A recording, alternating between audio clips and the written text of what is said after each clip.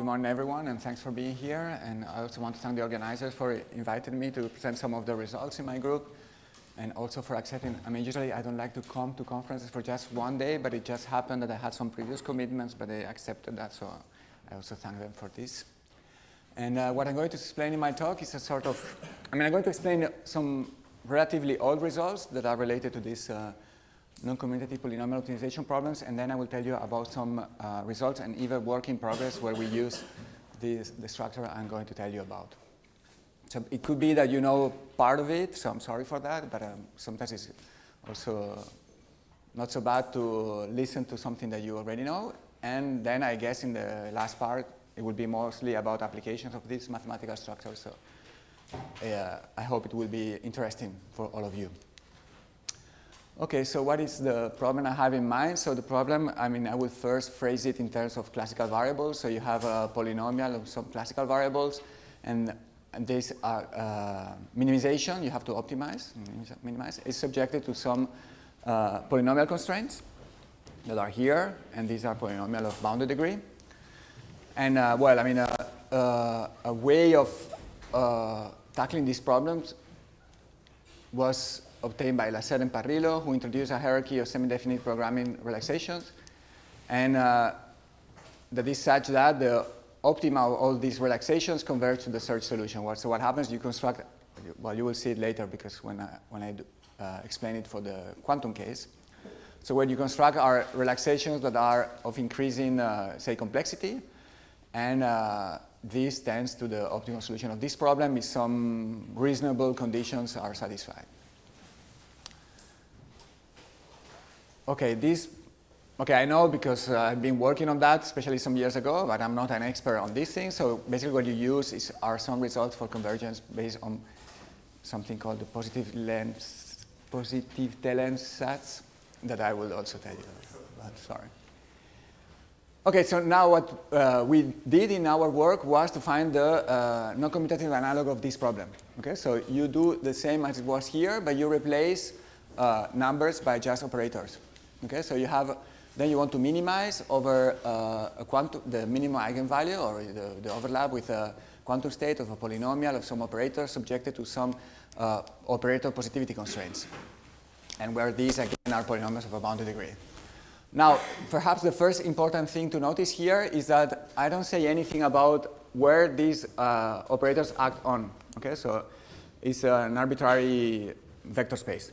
So I want to see among, and this will be useful for what I'm going to say. So just please remember that this is minimization that acts over, let's say, all possible Hilbert spaces. And what we did, and this is the first part I'm going to tell you about, we introduced a hierarchy of semi-definite programming relaxations that has the same properties as the previous one by Lasser and Parrillo, also Doherty, Lian, Toner, and Wiener made basically the same construction. And what happens is that it tends to the solution if some conditions are satisfied that I will tell you about later. Okay, and when I say we, I mean, well, mostly the important people here were Navasquez and Stefano Pironio. So these are the first papers, let's say more for physicists, because actually our motivation was to solve a problem in quantum information theory. And then we wrote a more technical paper where we present the details of this construction. Okay, so now I'm going to tell you about how this hierarchy works and how you find it. Okay, so what you do, you fix, you take all monomials that you can construct from these operators, okay, up to a given degree. Okay, so you fix the given degree, and you construct the monomial. So here's a monomial, okay, and since the operators they don't need to be self-adjoint, you can, for instance, this is the monomial. Well, I hope you understand the notation, okay? So you denote the monomial by an index, and this is the monomial x1, x3 complex conjugate, xc twice, because there are 6 appears twice, okay? With this notation, you label all monomials made of these operators, and now you consider maps on these monomials to complex numbers. Okay, so it's just arbitrary maps for the time being. And now what you will do you will fix these given monomials, and then you will construct a matrix like somehow you can think as the rows and columns of this matrix were labeled by these indices here, so that you have this matrix of actions of this linear map on the monomials. Okay, so here you label these matrices by the indices alpha and beta, okay, and the matrix elements are given by the action of this map on the corresponding monomials.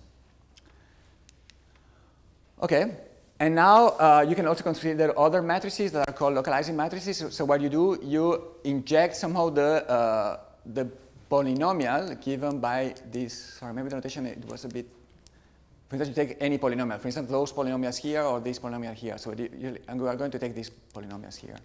Okay, so you also construct some other matrices. I hope the notation is clear. So what you do the same. You label the rows and columns by the indices, but then the matrix elements are given by some of the action of the polynomial and also the monomial. Okay. Now, there are many maps, but among all possible maps, you consider those maps that are defined by operators on a Hilbert space and a quantum state, a given quantum state. Okay, so this is the map now I take as the overlap or the expectation value, sorry, of your monomials or operators with a given pure state. And now what you can see is something very easy to see, is that all these matrices, these moment matrix and these localizing matrices, are always positive. Well, this is, well, if you can, I mean, you can see it here. So basically what you do, well, they are always positive whenever this polynomial is positive on this operator, okay? So you can see, like, okay, here you take any vector v, so you expand it, you replace the function of this by the linear map, you replace the linear map by this particular map, okay, and then you see that it's just something positive. No, it's just normal product. Yes, yes. Okay, well, I hope you can follow this, but you see here, well, this, you group things, okay, this is an operator, the same operator, and a positive operator. What is your v beta star? Well, I'm taking the complex conjugate, the brown. Ah, it's a mistake. Okay, sorry. Good. Yeah, okay, it disappears here because I made the right thing there. Okay, probably it was copy and paste. Thank you. Okay, so at the very end, so here's the hierarchy. So what we do, you take a given matrix, okay, you fix the boundary degrees, and now what you do, you see here also, you take a given degree that is enough to cover all the degree of this polynomial, so then this you replace by the minimization of p with the given expectation values with psi, and you minimize over all matrices made out of these, say, moments or these expectation values that are positive. Okay, I hope it is clear what I'm doing, but of course this is just lower bound to this number, okay, because the solution is among all these cases. Okay, so clearly, and of course, if you increase, of course, will always be positive. I mean, for the solution, this matrix will be positive no matter the degree or the size of this moment matrix. So here, clearly, you will have a hierarchy of problems. Clearly, this is an SDP because it's a function that is linear on your unknowns, and these unknowns are subjected to some positivity constraints. So you can solve with semi-definite programming. And the solution you get here is clearly a lower bound because you are optimizing over a set that is larger than the set you want to, than the problem you want to solve. Okay. Now, well, I mean, here's some, I'm going to tell you a bit, since this is a mathematical institute, I'm going to tell you a bit more of the details about this. So what happens, well, you can define this as the positivity constraint. So this is where the feasible set, so these are the operators where these polynomials are positive, so you want to optimize over this positivity domain. And then, well, there's a definition which is that a problem is Archimedean whenever these, let's say these operators are bounded within the positivity domain. Okay, so this is something that a referee noticed. So to prove convergence, we demanded that the operators were bounded, but actually you only need to be bounded in the, in this quadratic module. Okay, and then if this condition is satisfied, then you can prove convergence. If not, we don't know. Okay, but for many problems in quantum information theory, this solution is set. At least for finite dimensional systems, this is satisfied. For instance, as you will see, this hierarchy can be applied for bosonic systems, and this condition is then not satisfied, and you cannot guarantee convergence. Okay, the nice thing is that to prove convergence, this is, I must say, this was the result mostly of Miguel Navasquez, and he proved convergence using a technique, and the nice thing is that using this technique, he was able to identify a condition for which you can stop in this hierarchy. So you don't need, in principle, convergence you prove only when you go to the infinite step of the hierarchy. So you remember the matrices are constructed from monomials. So what you do, you increase the degree of the monomial. So convergence is only proven somehow when you go to matrices of infinite size.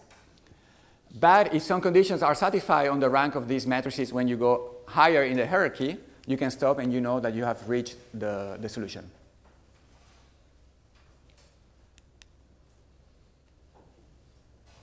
I'm not sure if I'm going to tell you about this.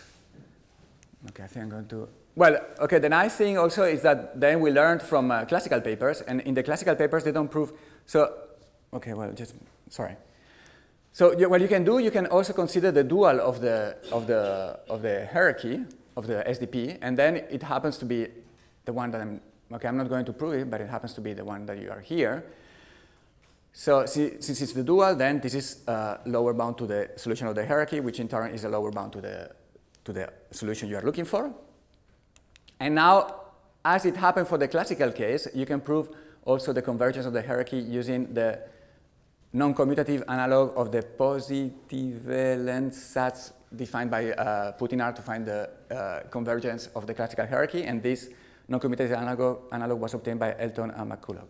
So to my knowledge, in the classical case, the convergence is proven using the dual and Putinar's result. In our case, and in fact, the paper by Doherty, Liang, Toner, and Werner, they prove convergence using this result here. But in our case, we didn't do so, okay? So we did it just, actually, Miguel did it from the primal SDP solutions. Okay, whatever it is, I mean, using the primal or the dual, the hierarchy is convergence whenever, let's say, the operators are bounded, or if you want to be precise, whenever this Archimedean condition is satisfied. Okay, now what's the relation to the classical hierarchy?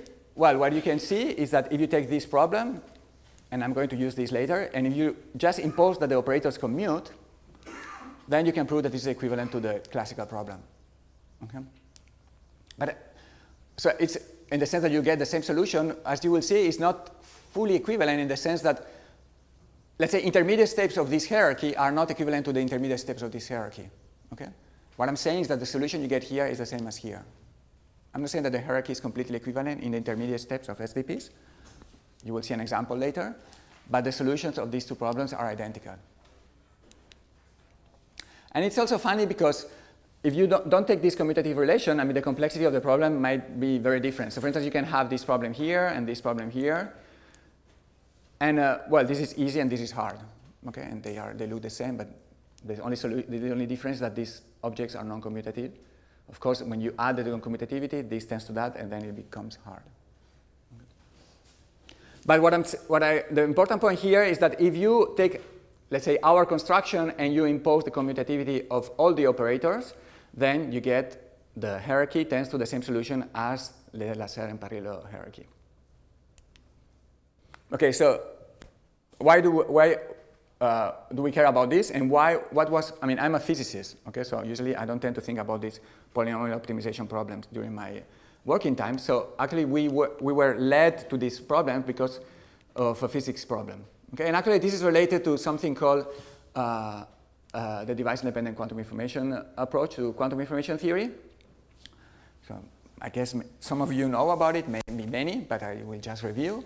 What is this approach about? So basically what you want to do a sort of quantum information theory with black boxes. So I will just explain a situation where you are interested in this motivation. So basically the main reason for this motivation is related to the problem of quantum certification. So we will soon have quantum information devices, and what is going to happen is that you are going to go to the provider and you are going to ask, I don't know, some devices to make quantum key distribution, and then the provider will give you a box. And then you will say, is this quantum key distribution? And the provider will tell you, yes. So we need tools to certify things because in the end, in many applications, what you get from a provider are just black boxes. So we want to make a quantum information theory that can deal with these black boxes without making assumptions about what is inside the black boxes. So these are protocols that have somehow you can self-certify. I will tell you a bit about this. So basically the motivation is that you as a user, since you get a box from your provider, you don't want to make any assumption about what's going inside this box. And this is why you don't want to, I mean, the provider can tell you that he's preparing a qubit or a qubit, but you don't want to make this assumption. So you want to certify things independently of what is inside the box. And this is why it's a quantum information theory with black boxes, or if you want, it's a quantum information theory without any Hilbert space. I mean, you believe that there is a Hilbert space there, but you don't know whether it's dimension 2 or 3 or whatever. This is why we need tools that explore all possible Hilbert spaces as this previous structure. Okay, so this is why we came into this hierarchy, okay, because it's very useful to deal with problems in this approach.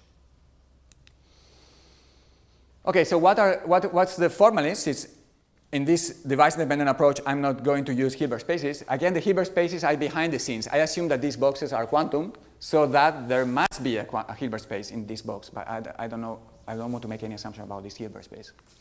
So what's the object, mathematical object I'm going to deal with in this approach? It's just the, so what I will assume about these boxes is that they have a classical input and they give a classical output. Okay, if you've seen my talks, I always put the same example, so you can think that in this box that you get from the provider, you require that you should be able to perform some actions on these boxes.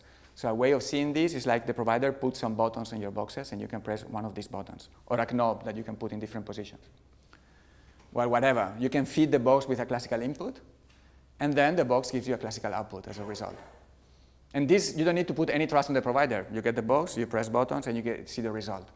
Okay, so if you want to think about a result, again, you can think of this box. There are several buttons. You can press one of the buttons.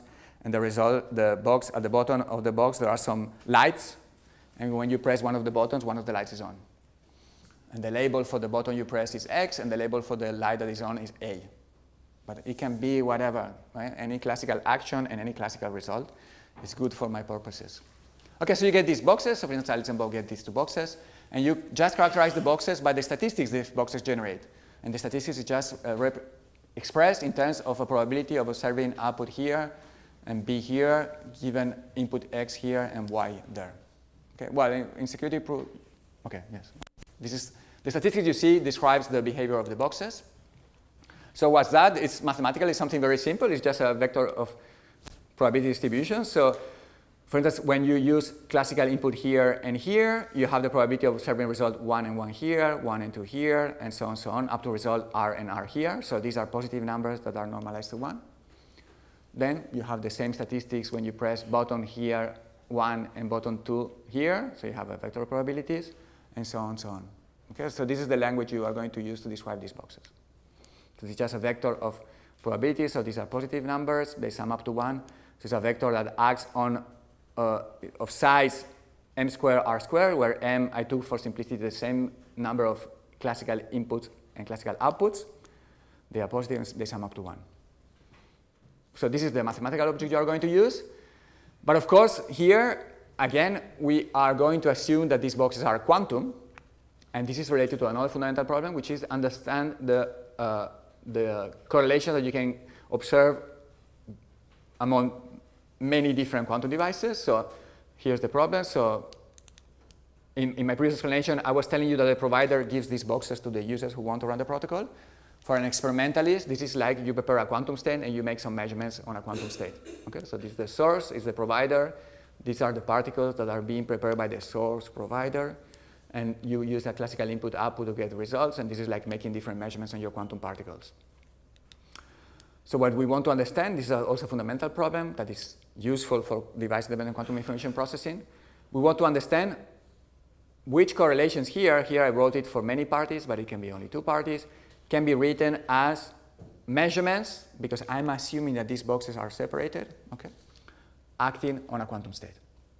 And what I will demand from these measurements is that they are measurements, so they sum up to the identity in this given Hilbert space that is uncharacterized, and they are projective. I can take these measurements projective in this state pure because the dimension of these Hilbert spaces is arbitrary. So I can always purify POVMs and I can always purify quantum states. Okay, so here's our motivation for the problem I was telling you about. So we want to understand among all possible numbers that you can think of here. So you just give me some probabilities here that are positive, they sum up to 1, and so on, and that I can understand as measurements on a quantum state. I want to understand those that can be written in this form. And this problem is not trivial. Why is it not trivial? Because I want to know whether they can be written in this form using any possible Hilbert space. So you can have some numbers, you can run with qubits. able to construct it in this form, it doesn't mean that they cannot be written in another Hilbert space in this form. This is why I'm saying that you want to characterize the set of quantum correlation. All correlations that you can get using quantum physics. Okay, the reason why the problem is not trivial now is because there is a tensor product here. Okay, so otherwise the problem is trivial. So the only reason why the problem is not trivial is because I'm assuming a tensor product, which is related to the fact that I'm assuming that these are separate devices. Okay, in the worst case, to guarantee this, you can do things so that this event is space-like separated from this event. But I think in quantum physics, you can somehow enforce a tensor product without, well, you may believe that there is a tensor product there without going through space-like separation. Whatever. So by some configuration in your experiment or in your quantum information protocol, you believe that it's licit to assume that the measurements are of a tensor product form, and then you wonder when some correlations can be written in this form, because these correlations will be the building object in this device-independent quantum information approach. Okay, so just to give you an illustration of the problem. So, okay, I'm sorry, I always put the same example. So imagine you were an experimentalist. There is no experimentalist here. And there is a student of you who comes with these numbers. So the student has been making experiments on 2 particles, and he made 2 experiments of 2 outputs, and he recorded the statistics, and he sees these numbers. She sees this number, okay? So these are positive, they sum up to 1, they satisfy all what they should satisfy in principle. Another student, the experimentalist, talks to a theorist, and the theorist is unable to reproduce these numbers with qubits, because they believe they are measuring polarization, they have a Hilbert space of dimension 2. So the question is, so the student comes to the group leader and says, look, I observed these numbers, I'm pretty sure, up to statistical whatever, but my theorist friend is not able to produce these numbers. So the question is, what do you do with the student? You fire them or you keep them? So the question is whether these numbers are quantum. Okay? So as you can see, it's very hard to tell from these numbers. Okay? So, and it's a very well-defined, concrete problem. These are, so this again, this is a probability. Okay, here, sorry, I changed the notation. This is 0, 0. In my previous slide was 1, 1. So these are remember you have 2 outputs. So you have 4 possible results, which are 0, 0, 0, or 1, 1, 1, 2, 2, 1, 2, 2. And these are the results you get for bottom 1, 1, bottom 1, 2, bottom 2, 1. Okay? And these are the rows in this metric, the size now 4 times 4. Okay, so I'm giving you this, the first 3 rows are equal to that, and the last row is equal to that. Okay, so the question is whether this is quantum. So you, as group leader, you ask your student, what did you do? And then they say, I went to the theorist, he tried to do it with qubits, and he failed. So you, as a group leader, you say, tell him to do it again with qubits. So the experimentalist goes back to the theorist tries to do it with qubits, and he fails, and goes back to the group leader, and then says, try with dimension 4. Well, you can keep going like this, okay? So you cannot solve this problem in this brute force approach, you have to do it differently. So this hierarchy I was telling you about was invented in our case to solve this problem. Okay, so because, as you can see here, okay, this is a feasibility problem, but basically this is polynomial. Well, this is even linear. This is a feasibility, but you can turn it into a minimization problem over a quantum state.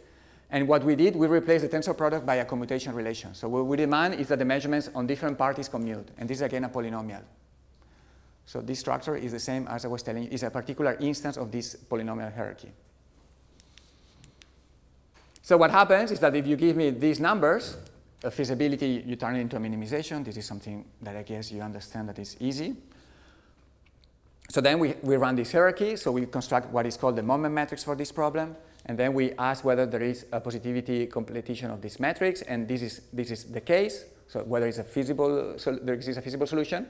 If this is the case, remember it's a relaxation. So it could be that the problem is quantum. But if this is not the case, for sure these correlations are not quantum. So the nice thing is about this hierarchy now. Remember the student was going back, the poor experimentalist was going back to the theories, saying that he failed, going back to the group leader was sending the student back to the theories, and so on, okay? So here with this hierarchy, the experimentalist goes, if they are lucky, he goes once to the theories, and he doesn't need to go back, well, he has to go back to the experimentalist saying that the numbers are not quantum, okay? So this is the nice thing, that it tells you that things are not quantum. And because of convergence of the hierarchy, this hierarchy is asymptotically convergent whenever you do things in, say, finite dimensional Hilbert spaces. Or, well, it's convergent, yes. I mean, whenever some conditions are satisfied. Okay, so if you want to see a pictorial way of understanding this hierarchy, what is happening is that some of the problem you want to solve is whether a given point belongs to the set of quantum correlations. This set of quantum correlations is convex. So this is the space of these numbers, P of A, B given xy. There is a set that is set of quantum correlations. And what you want to understand is whether a point is inside this hierarchy. So basically, the steps in the hierarchy are sets that give outer approximations of this set of quantum correlations. So basically, what you do now, you wonder whether the point that the experimentalist measure in the lab is within this set. Now, if it's within this set, it might be that it's inside quantum correlations, but if it's not in this set, for sure it's not in quantum correlations. That is why you can say no and stop the search for numbers. So the nice thing also is that, well, this is heuristics, but even if I use this set to represent the problem, I must say that the hierarchy works, say, on average, reasonably well, okay? Because, of course, something that you can do, you can see whether things are quantum using the hierarchy, but also you can see whether things are quantum coming from inside, running over Hilbert space dimension 2 and 3 and 4. And it happens that in many situations, you can close the gap between the hierarchy and concrete realizations of a given bounded dimension. I don't want to make any claim about complexity. I think it's even known that some cases might, well, I think this problem is really hard. Well, but heuristically, for some cases, it works reasonably well. Okay, so if you take this is not quantum. Okay, so if you run the hierarchy, maybe it's a level 2 of the hierarchy, you can see that this is not quantum. So I want to also emphasize that this is something that, going beyond the mathematical problem, it's something that you can understand as the quantum analog of Bell inequalities. Okay, so if you want to falsify quantum physics, I think, strictly speaking, this is the only way you can falsify the whole quantum physics in the same way as Bell inequalities falsified all classical physics. Okay, because if you go to an experiment and you have an experiment that you believe you understand with a theoretical quantum model, you are unable to reproduce the statistics you see in the experiment, this doesn't necessarily mean that quantum physics is wrong. It might simply be that your quantum model is wrong. Okay? But here, up to the tensor product assumption, no quantum model is able to explain this data. Okay? So either the tensor product assumption is wrong or quantum physics is wrong. So these are the tools, even now going beyond quantum information theory, these are, to my knowledge, the only tools we have to falsify the whole quantum physics in the same way as Bell inequalities falsify classical physics. Okay, and we'll use this joke many times, but just to have an illustration of that. So this is a problem where you are dealing with device-independent problem certification. So this is the problem of random number generation. So again, it illustrates the problem you have when you go to a provider that sells you quantum devices. So you want to buy a quantum random number generator, and it gives you a box. And then you say, is this a quantum random number generator? And the provider tells you, yes. Okay, so this is the same. So imagine this is the provider, this is the quantum random number generator, and you say, is this quantum? And it says, yes. And well, as you know, the probability that this is a sequence generated by a random number is the same as any, the probability that a good random number generator generates this sequence is the same as any other sequence. And I think we really lack of tools to certify a quantum random number generator. So, well, first, in classical physics, you can never be sure about randomness, but even from a quantum information point of view, I think if you go to these companies that sell you quantum random number generators, they tell you, okay, they don't tell you, yes, it's quantum. You say, is it random? And they tell you, yes, because we pass all statistical tests. But I think we are scientists. All classical statistical tests are passed by classical random number generators. So you are selling me something that I don't trust. I cannot trust you that they are quantum. So we really need techniques to certify that something is quantum random from the outside. Okay? This is my black box before. So the solution that like was proposed by Kolbeck and then by us is like you go to the user and Kent, and you ask not one box, like in the previous solution, you ask two boxes with these knobs, okay? And you test a Bell inequality violation. And what you can see, the intuition actually is very similar to Eckel for quantum field distribution. If you see a Bell inequality violation, if someone was able to predict these numbers, and hence they were not random, this person, if this person was able to predict these numbers, this person would have a local deterministic model for these numbers, but this is impossible because the existence of a local model for these numbers is incompatible with the fact that you observe a Bell violation. So this is more like intuition.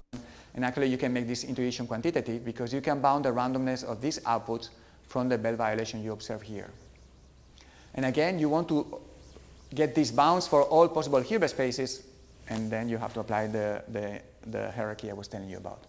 So using the hierarchy, you can obtain a curve like this. This is the CHSH Bell violation that I assume that you all know. So the classical bound is at 2. The maximal violation is 2 square root of 2 obtained by Sidelson. And this is somehow the amount of randomness, which we measure by some sort of guessing probability. So guessing probability equal to 1, it means no randomness. And guessing probability equal to 1/2 means perfect random bit, because we are making a CHSH experiment with 2 outputs. And what you can see is that for a given Bell violation, the predictability by an eavesdropper is limited. So it's not 1. And the reason why we can say that is because all this region is simply incompatible with quantum physics. So we run the hierarchy, and we can exclude this region using the hierarchy. Actually, to get this curve, we run, you remember there were all these steps in the hierarchy? This is step 2 in the hierarchy. And we can then construct an attack that shows that this curve is completely tight. So for a given Bell violation, the provider can give you some boxes in which the provider can guess the output up to this given guessing probability. So in this case, the hierarchy is tight. So we can find the attack. Here we can find any possible attack. Here we cannot find any attack in any possible Hilbert space because we violate a given step in the hierarchy. So this is why you can make random number generators based on that, because you can go to the provider, get this Bell inequality violation. From this Bell inequality violation, you look at the amount of randomness. Okay, it's not perfect. It's only perfect at the point of perfect Bell violation. But then in classical information theories, there are ways of extracting randomness out of some data with some imperfect randomness. Okay, so this is what I say. Now, okay, so this, okay, I'm sorry, sometimes I feel a bit ashamed, but I'm now using this. This is Navasquez Pironi thing. So that was invented for quantum correlations. But what I want, sometimes I think people are not so aware that this is much more general. And in principle, you could potentially apply to many other problems, not only quantum correlation. That was our motivation in this device-independent quantum information processing. So for instance, a very standard problem in physics is you want to find the ground state energy of a given Hamiltonian. Okay? So usually what people do this is condensed matter physics. I don't know if you have ever heard of a method called density matrix renormalization group or Monte Carlo. So what these methods do, they are variational methods. So it's impossible to solve this problem over all possible quantum states. So because your problem has some solutions, you believe that you make an ansatz, a guess for this state with fewer parameters, and you optimize over these parameters. So clearly this gives you a lower bound, an upper bound to this number. And you believe that this is a good approximation to that. Now, in many situations, and I will tell you a situation in which this is possible, this can be cast as an optimization problem of a polynomial. So the hierarchy gives you lower bounds to the ground state energy. So this is a method that can complement the existing approaches for ground state energy minimization, okay? Because standard approaches are variational. They always give you upper bounds. The hierarchy can give you lower bounds. So I was very happy when we saw this connection. I was talking to Ignacio Cirac, who works on quantum information theory and many-body physics. And then he told me, like, okay, look, I think there are some papers by some people in quantum chemistry that do something similar to what you are telling me. So we went to these papers. So what they take a Hamiltonian that is written in terms of annihilation and creation operators. And of course, they are subjected to these polynomial constraints. And this is a minimization with some linear polynomial constraints. Well, they were using the hierarchy for this problem. Okay, they were not aware of this hierarchy, but they were using SDPs that were, when you look at it, it's the same construction as this standard polynomial optimization problem for their particular problem. So in principle, you could use this hierarchy to work not only for this quantum chemistry Hamiltonian, but for other Hamiltonians. So this is something we are exploring at the moment. So now in my last 10 minutes, I will tell you about these more recent results. So the last thing I want to tell you is another application of these sort of hierarchies of polynomial optimization. So that was a paper that we published with Flavio, Danny, and Peter, all from my group. And it was about how to detect entanglement in multipartite systems. Well, this is usually a not so easy problem because, well, first, you may need many measurements to do so. Then even if you have, say, a reconstruction of the state, you may need to optimize over a Hilbert space that depends on many numbers because the dimension increases with exponentially with the number of particles. Okay, so the idea is quite simple. So you know that, let's assume you make different measurements of different outputs on a quantum state that you want to characterize. You want to prove that it's entangled. So what we know is that these correlations you observe among these n particles don't violate any Bell inequality. Then you can write these numbers as commutative measurements acting on a quantum state. Well, this is a one-line proof. Okay, so it's just basically if these correlations don't violate a Bell inequality, they have a classical model, and you write this classical model as a quantum state. And these measurements can be commuting because everything is classical. So this is okay. So if these numbers don't violate any Bell inequality, then you can write them as measurements acting on a quantum state, and these measurements commute. But it's not like before. Before, I was demanding that these measurements commute for different parties, but I was not demanding any commutation relation among measurements within a party.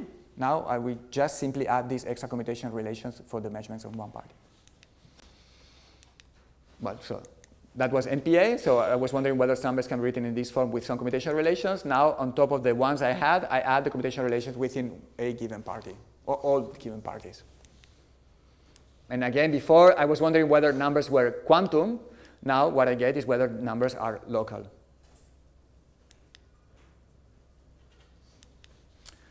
And again, if you want a pictorial way, remember what I was telling you with the quantum correlations and the outer approximation to the quantum set. Now, I'm doing the same, but just outer approximation to the local set, whether these numbers violate a Bell inequality.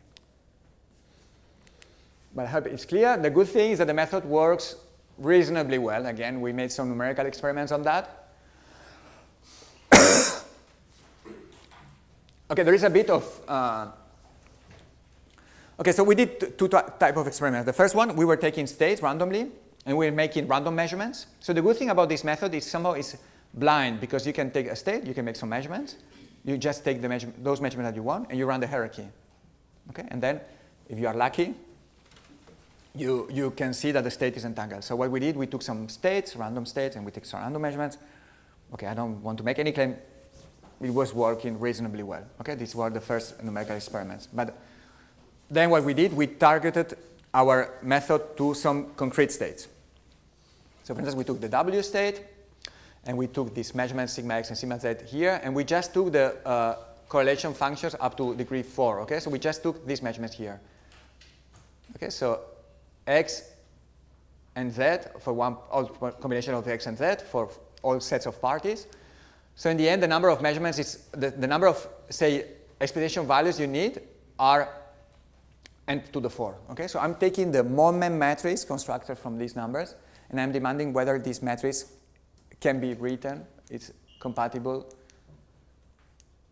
with measurements on commuting measurements on a quantum state.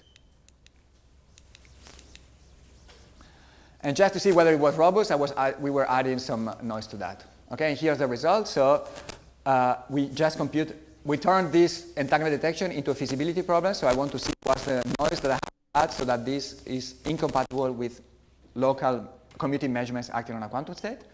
And then we could go and run the numerical optimization up to almost 30 particles, which is impossible by any tomography or whatever.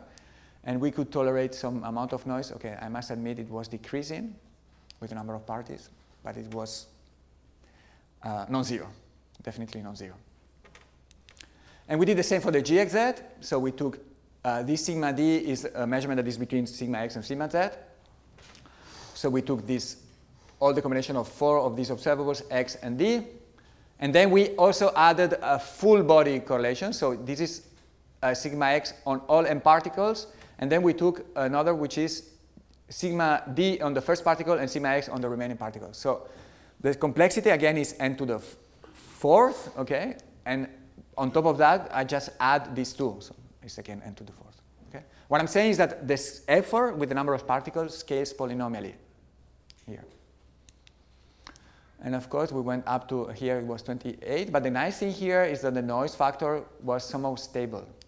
Okay? So whenever you have you believe that you have a GXZ with some noise, up to, by the moment, 28 particles, this method can certify that the state is entangled.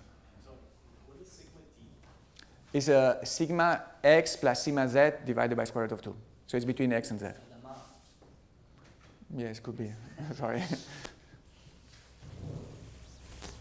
Okay, so it seems that the method works reasonably well. So again, the nice thing is that it scales.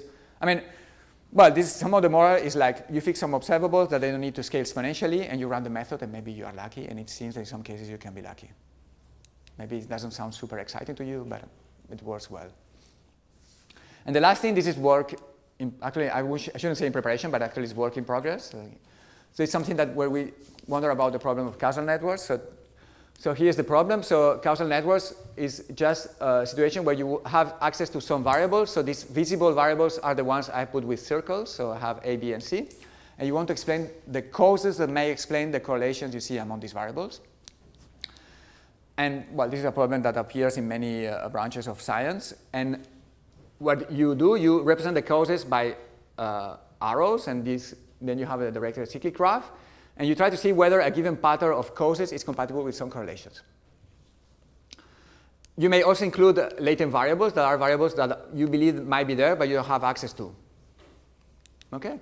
So this problem, the solution to this problem is not whether there are no hidden latent variables, but for the case of arbitrary network with latent variables, well, there are not so many methods to do so. This connects to a physical situation, which is, for instance, people are considering new Bell-type scenarios. So you take a Bell experiment, which is an entanglement swapping experiment, which is you prepare an entangled state here, an entangled state, you make a Bell measurement here, and then you observe a Bell violation between these two sides. Okay, this is an entanglement swapping configuration. And now you interpret it, you try to give a classical explanation for that. So you say, okay, here there were some classical variables, and here there were some classical variables. You were making a measurement here, and you were getting up. But you can interpret in the language of causal networks. So there was a common cause here going to A and B, common cause here going to A and B, and then here there was an input, and you produce the output. And here I don't put any input for that. It's just a constant Bell measurement. So a classical explanation for this experiment is possible whenever it can be written in this way. And this goes beyond the standard non-locality. In the standard non-locality, we never assume this lambda.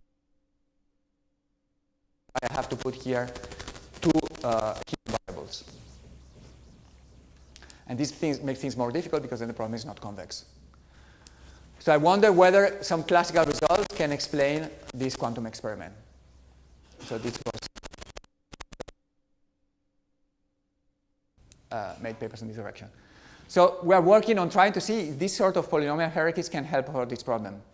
So as it's not convex, we have to do something different. So what we are doing, we are adding rows. Remember, my rows and columns were labeled by monomials.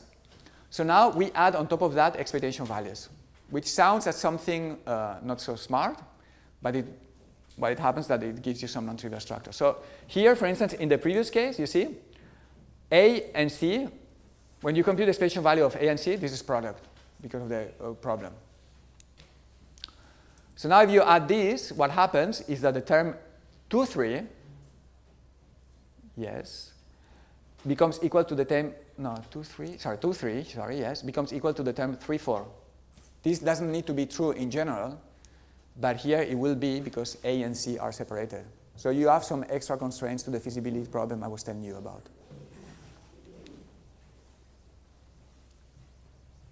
And the nice thing also here is that if I can choose whether I demand that the local observables commute or not. So I can wonder whether I can find an explanation with classical causes or with quantum causes.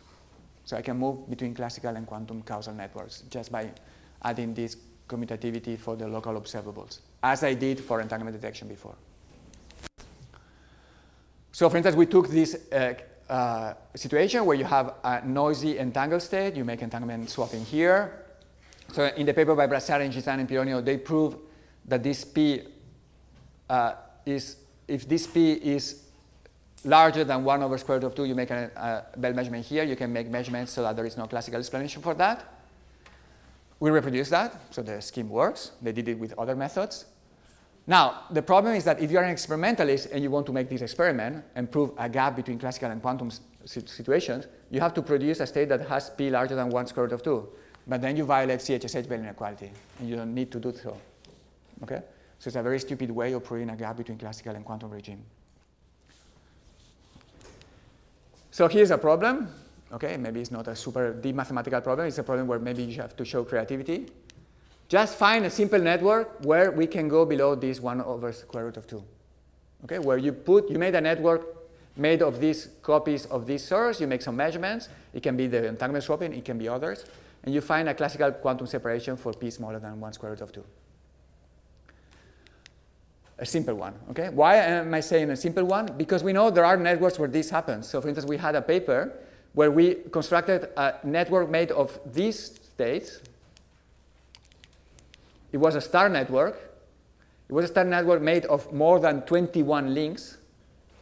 And we could prove a violation of a standard Bell inequality. We didn't impose any, say, causality extra constraint here, and we could violate a Bell inequality. So we know there is a network with 21 particles, well, more than 21 particles, 21 arms, where I can go below the 1 square root of 2. My hope is that there should be one with maybe 2, 3 arms where that's possible. And we also know another network by Carlos, which is the one, even superactivation, you can see it as another network where you combine things, and Carlos was never imposing any structure there. Well, I'm not sure if you can impose any extra structure here, but of course here you can. Okay, so here's an open problem that you can, well, I like it. Okay, so with this I reached my conclusion. I think it's still reasonably in time. So it was a long trip, so I was telling you about this mathematical structure of polynomial optimization problems. So the reason why we went into that was because for us it was a very natural tool to describe problems in device-independent quantum information theory where you deal with back boxes.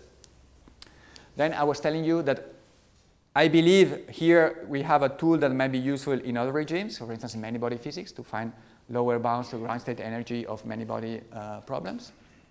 And it has already been used for some quantum chemistry problems. And I think from a mathematical perspective, so I've been sometimes invited to some conference by people working in this, say, classical mathematical structure, and there, well, I'm not following this literature, but I've seen that they have some results for which we lack the non-commutative generalization. So I think it would be nice just to take those results that have been obtained in this regime and find whether you can adapt them to our to our non-commutative generalization. Okay. So thank you for your attention.